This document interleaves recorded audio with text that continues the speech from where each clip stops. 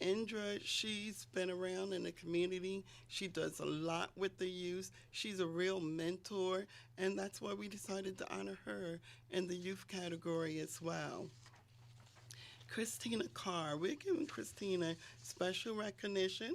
Now, Ms. Carr supports the community in several capacities, including developing education and exposure programs for the Jeffro Presbyterian Church. Through her organization affiliation, Christina has created and supported the implementation of multiple substance programs, including and establishing Jack and Jill of America, Atlantic City, New Jersey chapter's Seashore Reading Corner at the Powell Building.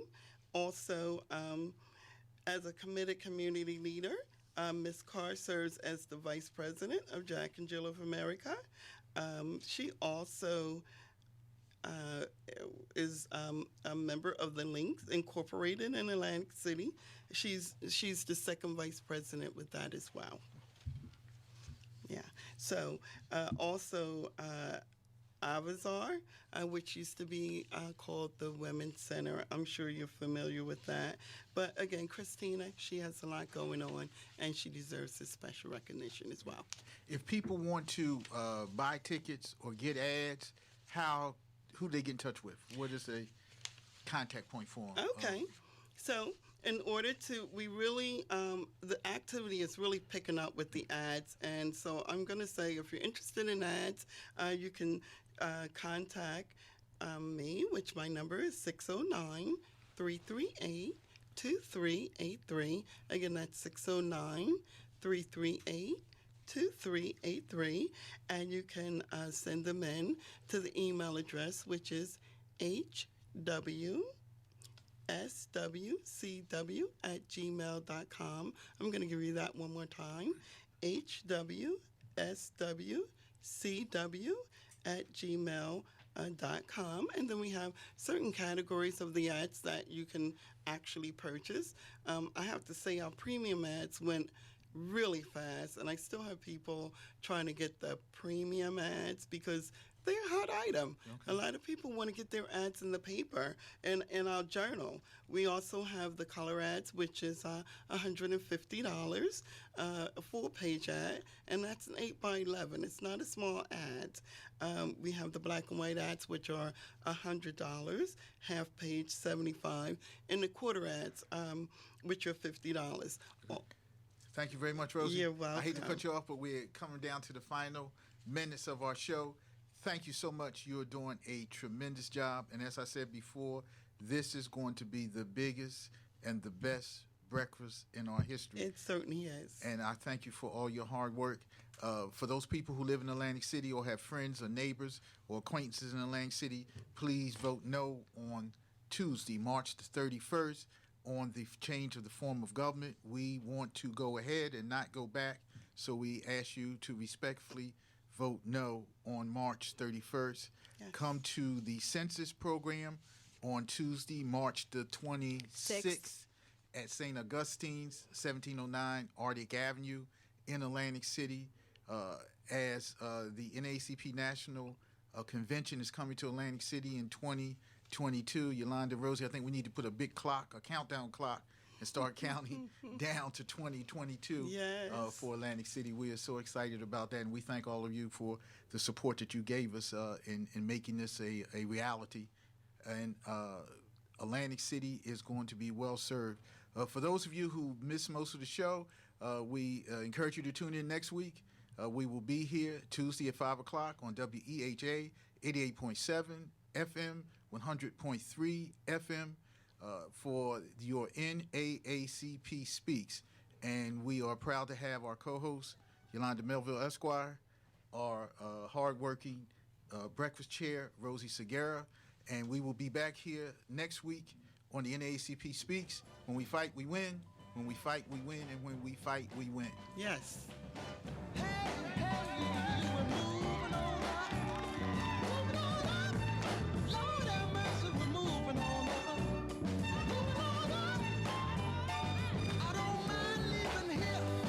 Show the world we have no fear, 'cause we're a winner.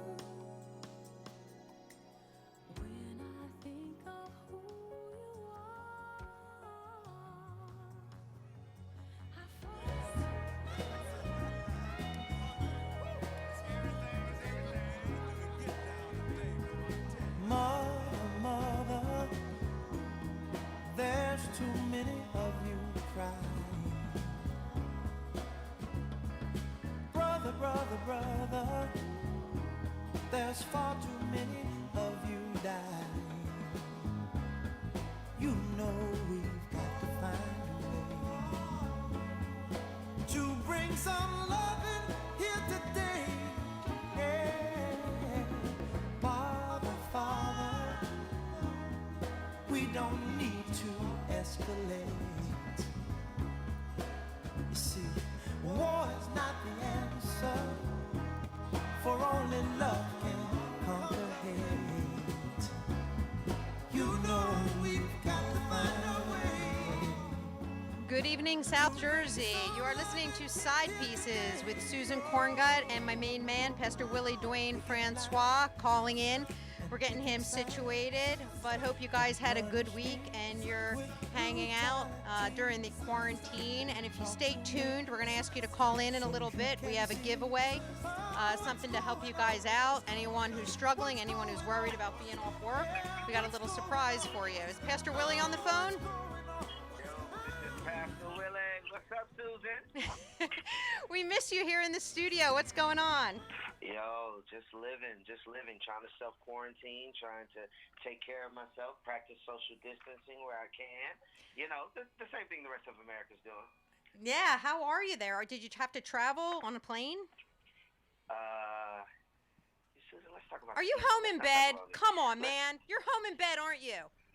Susan, I'm not home in bed.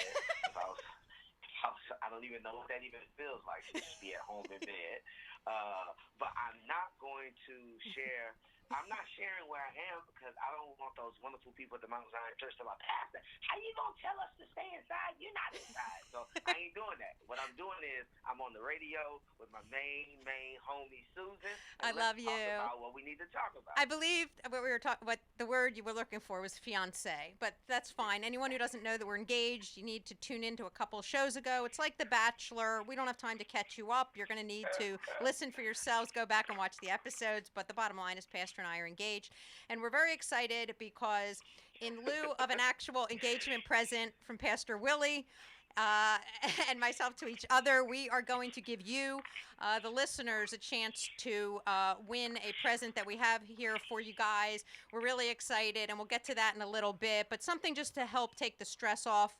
We're going to ask you to call in a little bit, something to take the stress off for all of you worried about missing work and what's going to happen here. But we don't want anyone to panic. We want everybody to just do as we're told. Let's try to quarantine, and we're all going to get through this together. Right, Pastor? Yes, we're going to do it, man. We're already doing it. There are many churches that are taking great precautions on how to gather and how to engage. The governor has sent down some very, very serious edicts in the past 24 hours. So, we're going to get through this. All we have to do is do our part to make sure that we are doing what we can not to infect anyone. And if we take that as our role and take that as our goal, I'm thinking that we may come out of this with a deeper sense of our humanity than we went into it with. It gives us an opportunity to really think about each other, prioritize other people's needs, prioritize other people's health by taking care of our own. And I think that's a phenomenal thing, and that's a phenomenal way for us to be human and to be loved. Absolutely. That was beautifully said. Why do you think it's so important? Why do you think it hits home when a celebrity comes down with it? We hear about Tom Hanks and Rita Wilson, and then Idris Elba, who, by the way, if he was a little younger, could be giving Taye Diggs a run for his money to play you in the movie of your life. But he's good enough, we'd say. But why do you think it means more when a celebrity comes down with it? I think for the same reason that when Kobe died, there are many of us who felt our own finitude, our own mortality, and I think that's what happens when you have celebrities, when you have public figures who are contracting this disease. One is a reminder that life really cares less about our race, our economic status, cares less even about our public platforms. Like, health emergencies are health emergencies. Our finitude and our fragileness and our vulnerability, those are inherent to what it means to be human. And it's when it happens to people who catch our eye, people who we actually have this, it may be even pathological, that we think these people who we've never known and who don't know us, we think they're part of our family because we invite them into our homes on a consistent basis. When it happens to them, it shatters this sense of invincibility that we often impose on people in power and people with money and prominence. I think that's what it really is. It's a sound check that there actually is no way it's a reality check that there is no way to avoid what life brings, and that's sobering. And sometimes it's disorienting. It's disorienting and it's dizzying. And I think that's what we're experiencing when we start to take things more seriously because it happens to a celebrity. It shatters that sense of invincibility that many of us want to believe somewhere in this universe. I think you're so right. I think for some reason, and you summed it up nicely as always, that there is something about, well, now maybe if it can happen to them, it can happen to me. And I know I was incredibly disappointed this week because I had a big week planned. I was supposed to hang out with Diana Ross all week. I had taken time off from my office, and she had to cancel because of the quarantine. So I'm hoping that this ends soon because we have a lot to catch up on, she and I know she's listening and wishing us all well. But I had mentioned that we're going to give away something to everyone. Have you heard anything from the people at church, any of the congregants worrying about what's going to happen now with if they're going to get, if their jobs are going to be shut down for a while, how they're going to put food on the table? Is that the scuttlebutt at church? Yeah, I mean, I've gotten a few text messages from people and some phone calls from people who are concerned about, what's going to happen, with the uncertainty of casino closures. I think our teachers, they'll be fine financially. At this point, that's what I'm hearing. And we do have a large number of educators in our congregation. But there are people who work in our gig economy in Atlantic City and Atlantic County, and there's some deep concerns that they have around, making ends meet.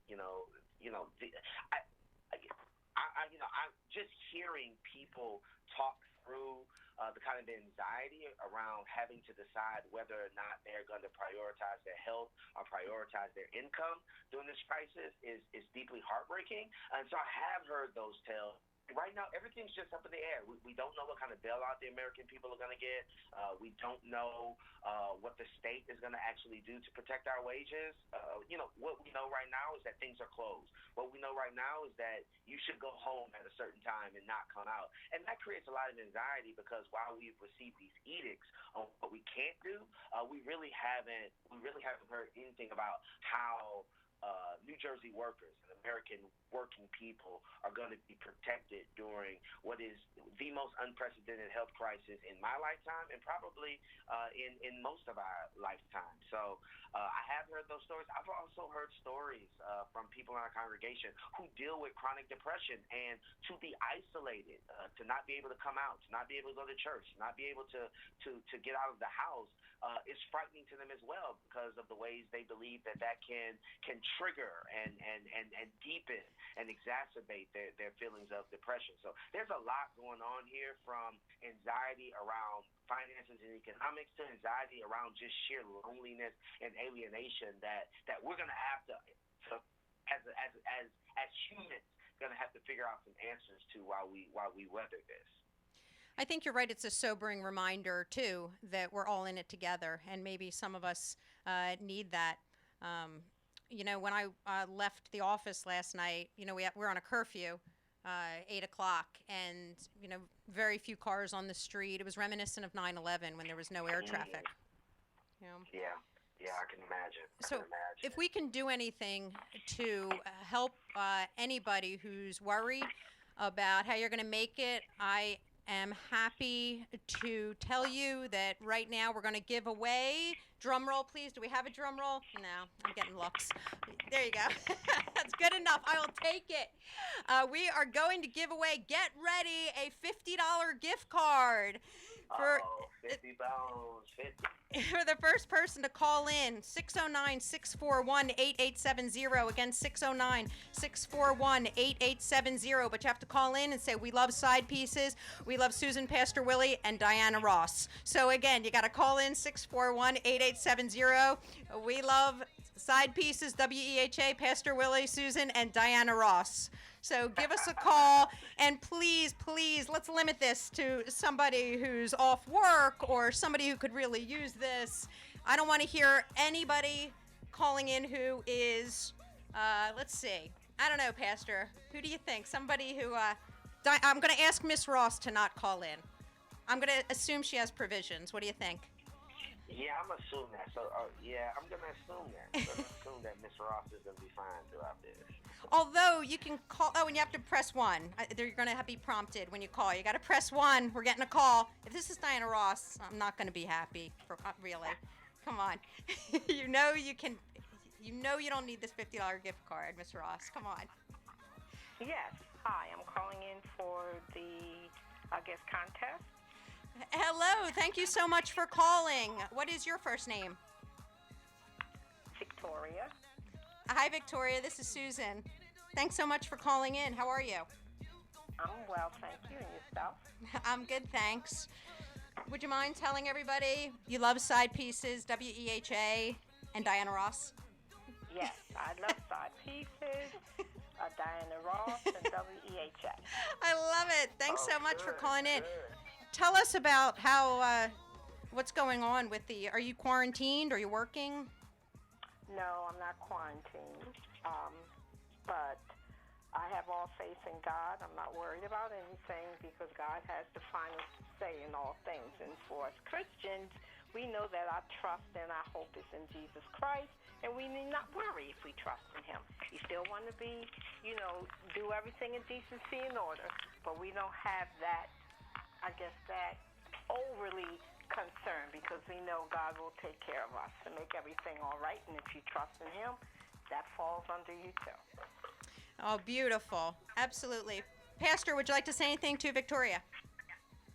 Victoria, thanks for calling in, and we hope that as we move through this pandemic, that you will stay healthy and that you will practice all of the recommendations that have been sent down to us, because I believe in the power of God to cover and to protect, but I also have enough sense to wash my hands. I have enough sense to not go outside when I'm sick. God is like a spirit of fear, but a power and a sound mind. You know what sound mind is? Common sense. Common sense. So I thank you for calling in and giving us this word of inspiration. Not only did you just call in, but you inspired us to keep hope alive. I like that. Victoria, thank you so much. And we're going to call you back in about 5 or 10 minutes off the air to get your information so we can get you your gift card. But it's a Visa gift card for $50. Victoria has just won for calling in to Side Pieces. And I'm going to thank everyone else who's calling in. And hopefully next time we just may do another giveaway. But right now, Victoria, we thank you. You are the lucky caller. And we hope this helps you out a little bit. And we really appreciate you listening to Side Pieces. Yes. And also, please remember, we do have to obey the laws of the land. Everything the pastor said. We do that, but we trust in God. Absolutely. Beautifully said. Thank you, Victoria. Thank you, Victoria. Lucky winner. Yay. That was awesome. Pastor, we need to follow that up with, and thank you everyone else again for calling, and we will do another giveaway next week. But right now, it is time to play the lightning round. Let's have some virus music. I don't know. How about Love Hangover? Diana Ross, Love Hangover. How do you not have it? All right, or whatever we have. You ready? Pastor, you ready for lightning round? For those of you who don't know the rules for the game, for the lightning round, Pastor has to answer these questions. The person on the receiving end has to answer these questions within 5 seconds, or his head will explode and everything he holds dear will come to a crushing end. Here we go. If I could have only one material thing in the world, what would it be? It would be my Bible. Your what? My Bible. You're so good. Favorite movie? Trading Places. Eddie Murphy. Oh, yeah. How about your favorite movie line or scene from a movie? My favorite movie scene is probably the scene from Bridesmaids when they're in the shop and they're all getting fitted for these dresses and everybody's vomiting everywhere. That's my favorite scene of every movie. I love that you are loving a chick flick. That's so awesome, but it's a guy scene. I rock with chick flicks. Rom-coms go hard. I'm clear on that. This is why you're such a coveted fiance, but I got you. What is your best childhood memory? My best childhood memory is actually picking my grandmother up from work every Thursday and Tuesday. Oh, how many siblings do you have? I have one sister that I grew up with and two brothers through my father. What's the worst thing you ever did that you blamed on your sibling? Ooh, I've actually never blamed anything on my sister. How about vice versa? That's not. I don't remember that. I don't think she's ever done that to me either. Oh, that sounds like a nice functional family I would not know anything about. No, we are not that. So folks just don't blame each other. We just get in trouble together. If you weren't a pastor, what would you be? If I was not a pastor, I would probably be a radio show host. As a child, what did you want to be when you grow up? As a child, I wanted to be a gynecologist. Oh, did you ever? You kind of are. Did you ever steal anything? No, I've never stolen anything. Except my heart. Anyway, who's your favorite singer? Other than the obvious. Go. John Legend. Favorite actor? Favorite actor is probably, let's say, Denzel Washington. How about favorite actress? Meryl Streep. I'm sorry, I like that people disagree with your opinions. Our esteemed sound guy is saying wrong. It's Angela Bassett. We'll do lightning round with him next time. Last week you said your grandmother was the most influential person in your life growing up. Who would play her in the movie of your life? Ooh, who will play my... You know what? A few years from now, I will let Angela Bassett play my grandmother. Oh, okay. And we can age her up. There you go. And we can age her up. She can do it now. Yeah, that's Queen Mother, man. That's Queen Mother. Have you seen her? She looks amazing. She does look amazing. She looks... At 6, that's amazing right there. Right? How old were you for your first kiss?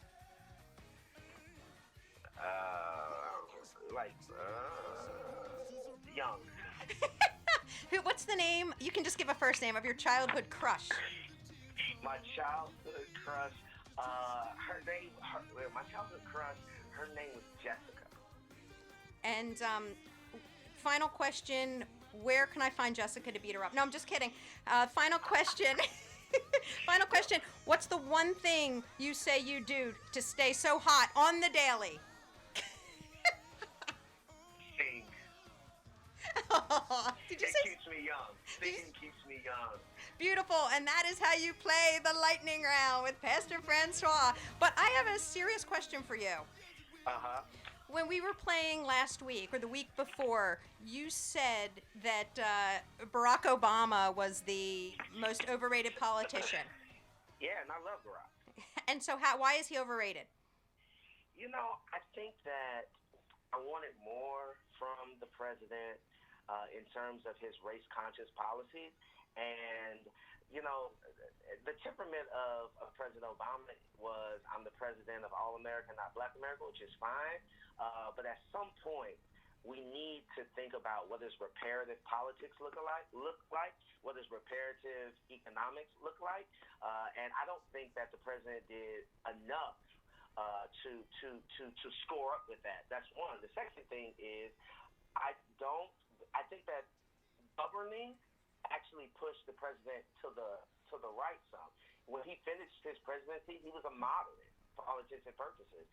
When Hillary Clinton ran in 2016, she was more progressive than President Obama. She was more to the left than President Obama. And, you know, I just, those things are disillusioning for me because he's the first president I was able to vote for. I was all for the series of change. And while I love his symbolic and social capital of what he means for this country and what he means for black people, I do think that his policies, as he governed, could have done more to lift those of us from the bottom. Third reason I think he's overrated is because I'm not quite a capitalist, and nor am I a socialist, but I'm not quite a capitalist. And Barack Obama Obama bailed out Wall Street, which meant that he bailed out capitalism, and those things just don't square with me as a progressive public intellectual. I just have questions about those things. Do you feel they would have let him do anything close to what we, I'm sure. I'm sure what you said is, people share your sentiment. But do you think that they would have let him do anything close to that? Well, I mean, his first 2 years, he had, he had the House and he had the Senate. I don't know what they would have allowed him to do. I know what he tried to do and what he didn't try to do. I know when he had opportunities to nominate a black woman to the Supreme Court, he didn't do it. So I don't know what they would have let him do and what they didn't let him do. I know what he did. I know what he says he attempted to do. I don't know what happened behind the scenes because I'm not privy in that way. But I do think he faced some unprecedented obstacles as a president, as the first black president. But I judge him on what actually happened, not on what I didn't know behind the scenes. And I think there's something to say about being a public leader and being courageous and taking risks. And those are not the things that I necessarily saw from who I think was the greatest. And I think he's the greatest president of my lifetime. Maybe one of the greatest presidents in U.S. history. He just didn't do what I wanted him to do, and I judge him based on my vote. That's what I got. I got one vote, and I gave him that vote, and I don't know that he always lived up to it. Well, you bring up a great point. I'm sure you watched the debates this week, or if not, I'm sure you've heard. What do we think about Biden committing to have a woman be his vice president?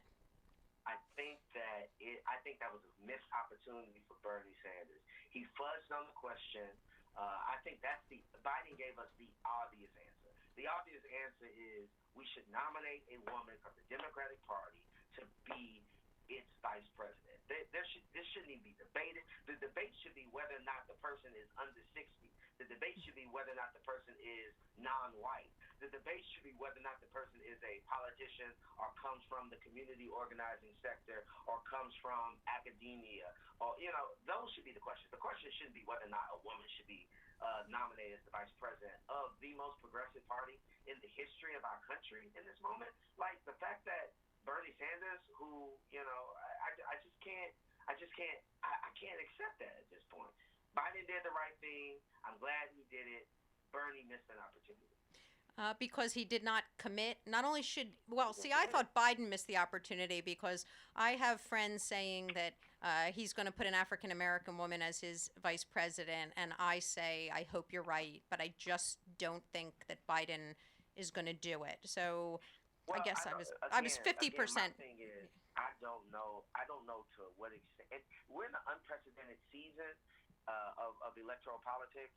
And I don't know how much power the candidate is actually going to have. This DNC is closing ranks, and he owes the DNC a great deal for this victory. Not as much as he owes African American women who showed up for him in South Carolina, right?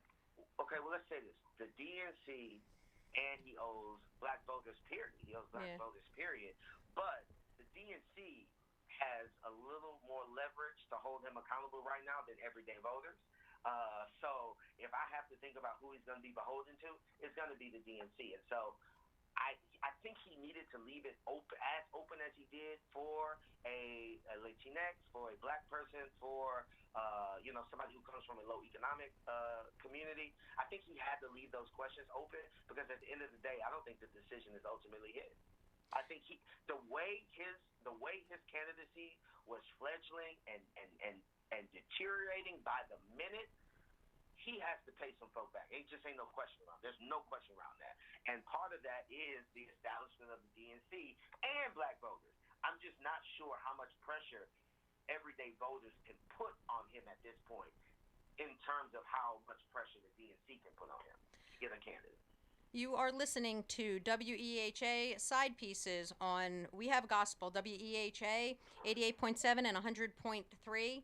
If you want to call in and tell us who you think should be vice president, give us a call at 609-641-8810. Again, 641-8810.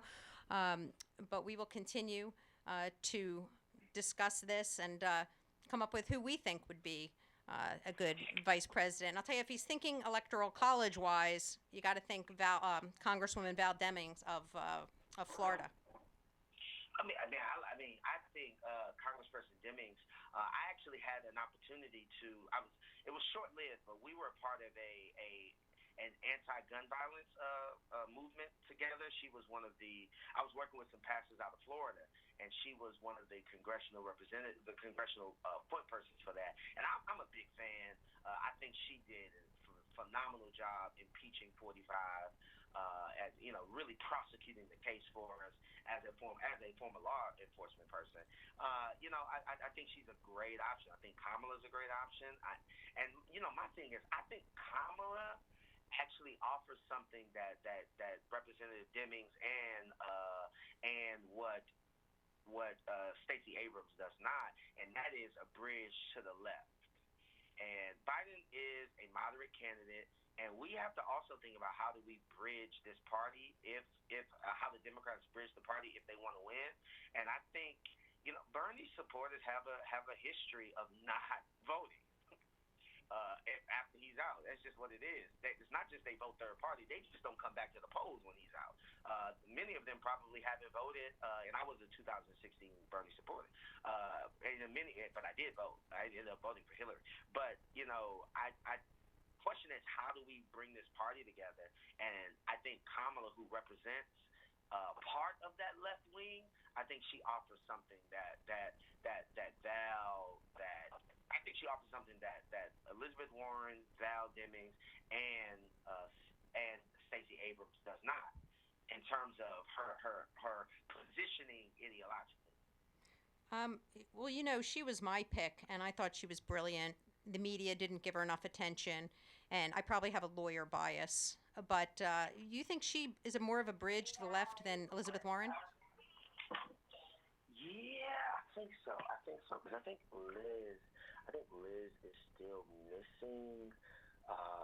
She's still missing the kind of racial ethnic diversity that I think our party needs to represent. That's the only thing I think she's missing. I think ideologically she's in the right place. I think energy she's in the right place. My concern is that just racial ethnic diversity, she doesn't really give us that as much as I think our party needs to. Well, we have a caller who wants to weigh in on this and tell us who should be vice president. Caller, are you there? Yes, I am. How are you? This is Tamika Gilbert Floyd. Hello, how are you? I'm doing well. Do you want to throw your hat into the ring for VP? Hey, listen, I could do it. I don't doubt that. That's not even a joke. I could do it, but we need you to do it. The thing of it is, it's so funny because I was listening to the show and I called in while I was driving home, and you were talking about the epidemic going on, and then you switched over to the politics. So I just want to say two things. Number one, just keep our kids in prayer. I'm a principal of a school, and today was my last day on the job. The kids' last day was yesterday, and it was just surreal seeing the empty hallways and the life of the school not there anymore. And I just think about those kids who are going to be home, and sometimes you're like, oh God, it's driving me crazy. There's a lot of work and they're busy, but you miss them, and they miss school as well. So I just wanted to put that out there to keep the kids who are home in prayer and the parents. Great point. It's not easy. Thank you. It's not easy teaching your own children. Thank you for being on the front line of this. Oh no, yeah, front line, absolutely. And as far as the political race is interesting, this is the first year I went to the Democratic convention for Atlantic County, and it was a very interesting convention. And I just think whoever not Joe Biden, I'm assuming that he's going to be the candidate. I should have did that, but whoever the candidate is, whoever they choose for vice president is very, very important because they're second in command, and they're in training. So I don't have a particular person. I don't think that, I don't think that there's a person. I think Kamala Harris. I think a lot of people mentioned her when he said he wanted to promise to have a female. I don't think you should say I'm gonna have a female. I think it should just be who's the best candidate. I think it needs to be someone who's going to look at every American's issue. You know what, really, I think the reason I think it wouldn't be Kamala is that he doesn't need, whoever it is, doesn't need California. I mean, you got to assume California is going to vote Democratic anyway. Yeah, but I wouldn't assume that who you pick them because they're going to carry the state. I think you pick somebody who has Right. the kind of national platform that can pull the party together. And I think Kamala's reach is far beyond California, I think. Well, she reached to New Jersey into my heart. So, but I don't know if that's, if I don't know how that is, and I hate the electoral college. I hate that you have to think that way. What Pastor Willie said earlier about making sure that like you talked about President Obama, when you felt like he didn't present or speak out enough on issues concerning people of color in America. I think that I just would, let's say if Kamala Harris was the one, I just don't know that she would. I don't know if she would feel comfortable doing that or what have you. And That's a good you point. can be the president of all America, not just a particular group, but you have to advocate. I mean, for me, if you should advocate for a group of people that are marginalized by our society, whether that's black, whether it's females, whatever it is. You have to speak up. You have to speak up, and you have to say, hey, these particular groups of people are not treated fairly. The playing ground is not level, and there's nothing wrong with saying that. That's Absolutely. reality. And if people can't stand up and say that, and you're a person in that group, that's an issue. Man, you're right. You're right. That's all I'm saying. I'm not saying that you. For myself, I'm a woman of color. I'm a born again Christian. And I got a lot of ridicule when it came up to the transgender policy in Ann Arbor Township. But that's a group of people who are marginalized and treated differently because they're different, and I can relate to that. Exactly. You know what I mean? Whether you agree with the lifestyle or not, but it's a group of people that have been treated differently because they're different, and I know how that feels. And it's not okay just to sit and be quiet when you know something's not right. I love it. I'm going to stick up for the president because I think it's hard for. I think it's hard for him when, we see what is out there in the country as a result of the current administration. So we know how much blowback there is.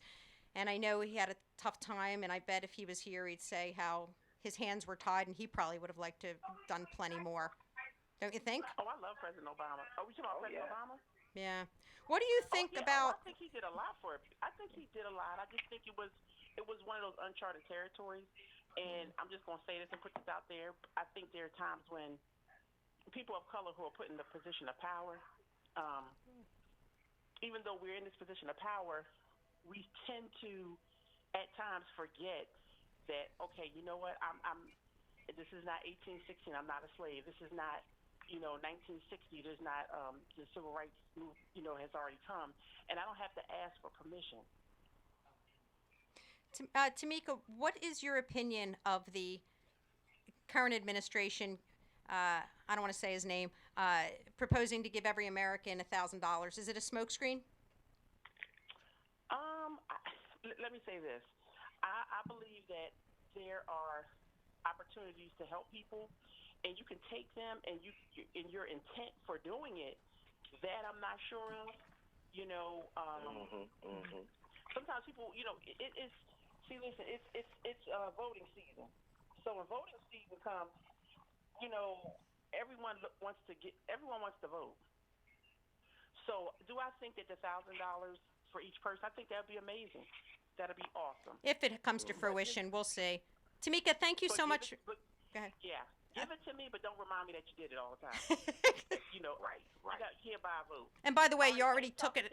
You already took it 1,000 times over on the corporate tax breaks you already gave. So I'm not so grateful. But I thank you so much for calling in. And we got to let you go because someone else is calling in. But it was so great hearing from you.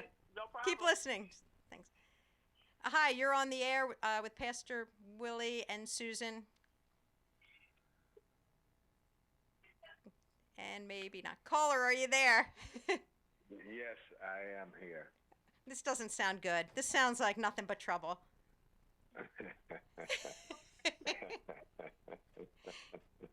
Is this Mr. Whitehead? Yes, it is, Ms. Corngut. How you doing? I'm good, thanks. What do you think about this administration giving $1,000, proposing to give $1,000 to every American? Does that mean all 300 million Americans? My guess is that it's a smokescreen. It's a stunt for the campaign. Believe me, they'll get it back. It'll come back in our taxes. They've already taken it with the corporate welfare. Yeah, I don't see that really happening. What would that be, like $3 billion to give everybody $1,000? Well, it was my understanding you were going to spot them alone. You were going to advance the funds, Mr. Whitehead. No, that's not. That was the wrong Whitehead. That was another Whitehead. What's on your mind today? Well, what's on my mind is, first of all, I just think you're such an incredible advocate of the people of Atlantic City, you know, the grassroots folks. You're such a civil rights advocate and leader out front. You know, I love all your outfits, especially the white jacket with the zipper on it. Okay. Because that was relevant to the prior comments, but I'll take any compliment, and I love it. For those of you who don't know, Jimmy Whitehead has the Power Hour right here on WEHA. Well, let me ask you, I heard you talking about Kamala. Do you think that Biden is going to pick Kamala to be his running mate? No, I don't think he's going to pick an African-American woman, but I pray that he does. Pastor, what do you think? Now, I have no idea what the man's going to do. What I'm clear on is that I don't think the decision ultimately rests in him at this point, the way he had to be revived. Is Bernie Sanders still in it? Yeah, he's still in it. Yeah, I think he would care less. Yeah.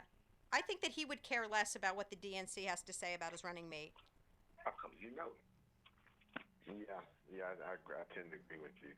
Because it's really about Biden, and right now he has the momentum to pick up a lot of those electoral votes, and you know, he has a good chance of winning. Yeah, that's what I'm hearing. I'm hearing that from Republicans. Well, people are voting today, and I don't know if the quarantine is going to affect people coming out. I mean, you would think it would. Yeah. But I hope people are energized.